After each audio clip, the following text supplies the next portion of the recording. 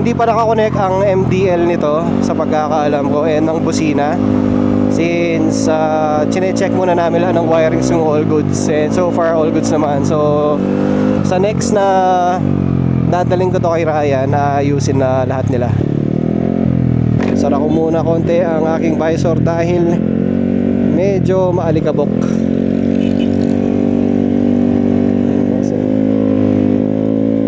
Linagay ko nga pala dito yung mga jersey ng dalawang Apex members natin, si Jess or 1793 yung vlogger din na naka-sniper, and si Don yung pinakabago natin Apex member na naka-Aerox version 2. Kung napanood nyo yung video na yon, yung taga Florida Blanca pa.